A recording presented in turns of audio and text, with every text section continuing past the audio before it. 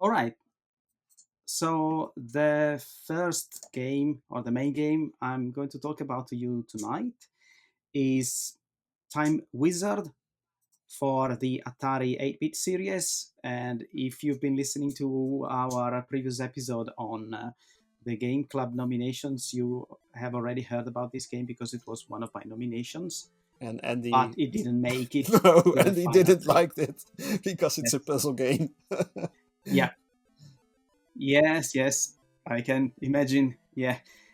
He would have not have probably lasted as long as I did with this game. But anyway, at the nomination time, I haven't played it yet. But afterwards, because it was eliminated, I thought, well, I have to give it a try. Hmm. And well, I really, really enjoyed it. I haven't finished it. It's quite long, 70 levels, and a Okay. final boss. So, first, a couple of general notes about the game. This is made by someone called, forgive my Polish, Krzysztof Piotrowski, which probably also goes by the name of Amarok. Not sure if this is the name of the publisher or the name of the author. And this game is about a couple of years old, and it actually won some competition for Atari games. But just this year, or at the end of last year, it was also given a deluxe edition with more levels and a final boss. Oh wow, is So that the this version game is you actually played? freeware. Is the Sorry? deluxe? Is the deluxe version the one you Uh, played? yes, Okay. I think so. Yes, although I haven't made it until the end, so I don't. I haven't seen the final boss. And so this game is actually freeware. It's freely available on AtariMania.com, but you can also buy a physical version. Although that's a bit pricey, it's almost £50, but it exists and you can find it at, for example, retrolemon.co.uk if you want to have this in a physical box and everything.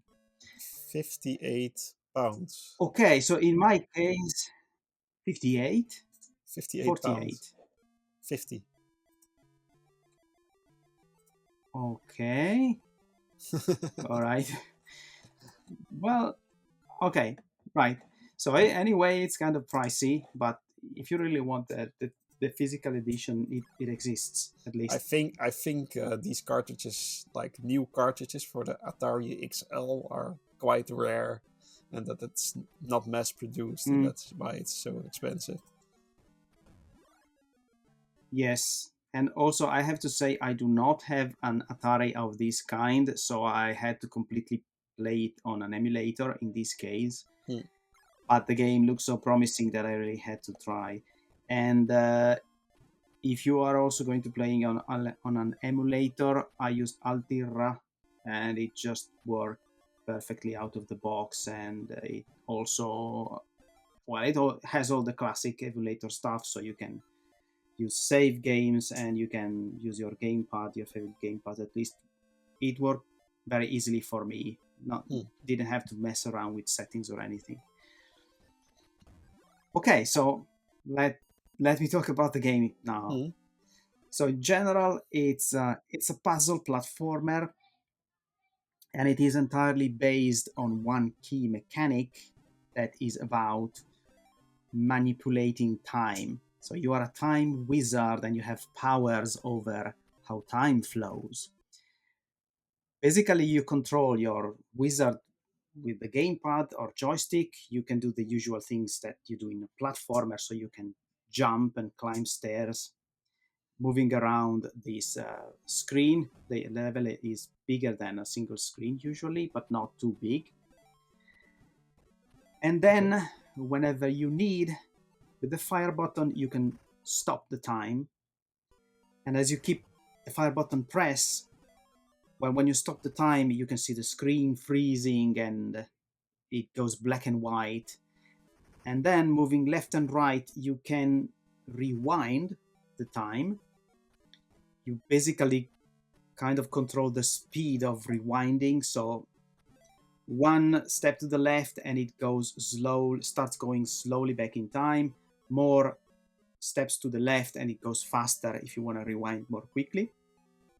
And then you can also stop at some point in the past, or also then move forward a little bit if you want. Essentially, everything you do since the start of a level is recorded. So then you have access to everything that has happened. Okay. Then when you depress the fire button, then it starts going again in the present. So then you can't go again forward anymore. You lose all the previous future, so to speak. And of course, you cannot go into the future. You can only go into the past. Okay. Just to make it clear. All right. So then the platform itself, it's very simple. Your goal is to collect all the hourglasses that there are on the level, and then reach the exit, which looks like a teleporter beam that takes you to the next level. And it only opens when you get the last hourglass. Then you have a very normal variety of dangers on the levels, which just kill you on touch, like some static spikes, walking robots, flying robots, most of which just move on fixed patterns. Some of them follow you or move towards you. Lightning barriers, shooting laser, very normal things.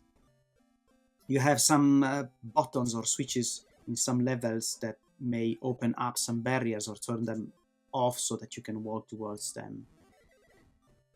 Then what else? You have moving platforms, and you have also some teleporter beams or something like that are interconnected, so you get into one and you exit from another one somewhere else in the level. So all of this would be very normal platformer if it wasn't for the fact that you can rewind time. So now the main question is, why and when should you manipulate time? What's it good for you? Okay. And now the first and most obvious thing is to go back in time if you die. So you actually have one life, but when you die, the screen freezes, time stops, and you just move back to a time where you're still alive, and then continue from there. Oh, it goes So you don't automatically. really die in this. No, well, yeah, you have to move it back yourself. Okay.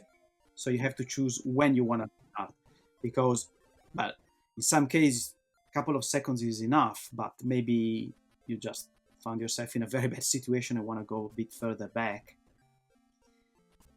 I think you have infinite lives or infinite resurrections, but I'm not sure, because at the end of each level you do get some score, and some bonuses are based on how many times you had to resurrect yourself, and it seems it's calculated from some maximum values, but I'm not sure, because this max is so high, like 80, that I don't think it's very likely that you die that many times. I would need to die 80 times and see if the game just tells you, no, just start again, or if you just don't get any bonus back. Yeah, that's probably the case. Yeah. So that's the most obvious thing. You die, you rewind, but still not that interesting. Then another thing is, even though you manipulate time, you do have a limited maximum time to finish each level. Okay. So if your time ends, well, you die, or again, the screen freezes, and you have to go back and maybe try again and be faster next time. And that's already a little bit more difficult. You have to decide how to get faster next time. So that timer also goes back when you rewind, or does it count? It keeps counting. Oh no, when you yeah, rewind. of course it goes back. Oh, okay. No, it goes back. Yeah. Well, I could see that That's also because that it you continues. are a time wizard. Yeah, of course, but maybe you have to for example, beat the level in 2 minutes, and that's just the 2 minutes time you have. Yeah. But yeah, but you There are also some rewent. levels when, yeah, there are some levels where time is plenty, and there are some other levels that usually the ones that look easiest at first sight. And you think, well, okay, I'm just going there, I get all my hourglasses and get to the exit. Mm-hmm. And then when you are getting there, suddenly you notice the screen freezing, and then you look at the time left and see it's 0. So some levels I had to retry a few times because I noticed I had to make this fast. So I have to go back and try again faster. But you don't have to try from the beginning. Maybe you can just go back 10 seconds and just save some time on the last few things you did, something like that. Okay. Then again, you might want to rewind time if you get stuck. For example, there's some places you might fall into, like a pit or a. Already second level teaches you this, so I don't think it's a spoiler if I tell you about this thing.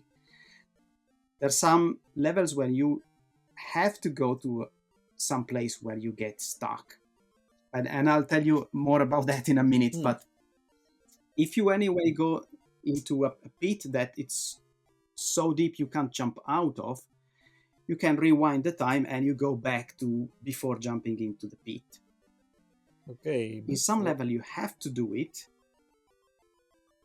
So you pick up the item at the bottom of a pit, and then you rewind and you still have the item. Right? And you still have the item. So why is that? So this is the thing that really won me over about this game, because so far it doesn't seem that special.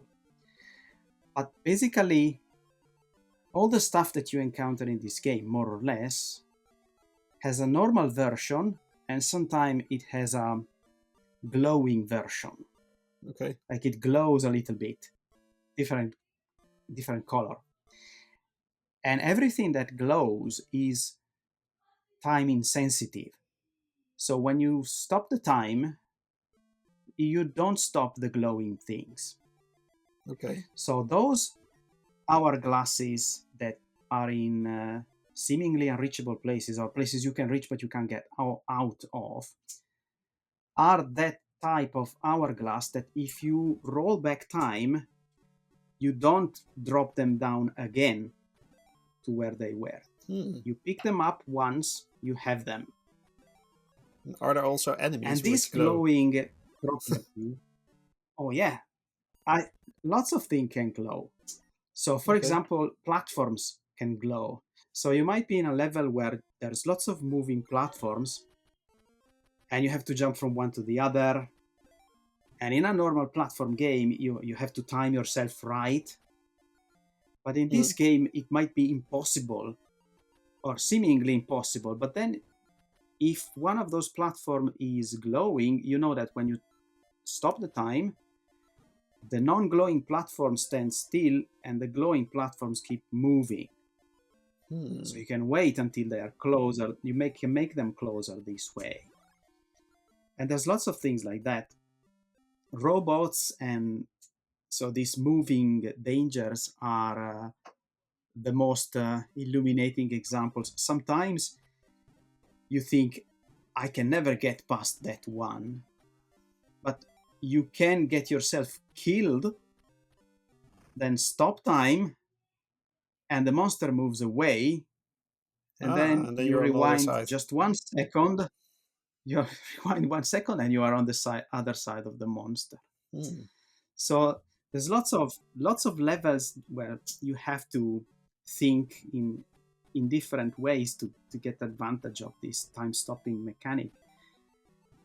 And similarly, even the buttons, even the switches, some of them glows.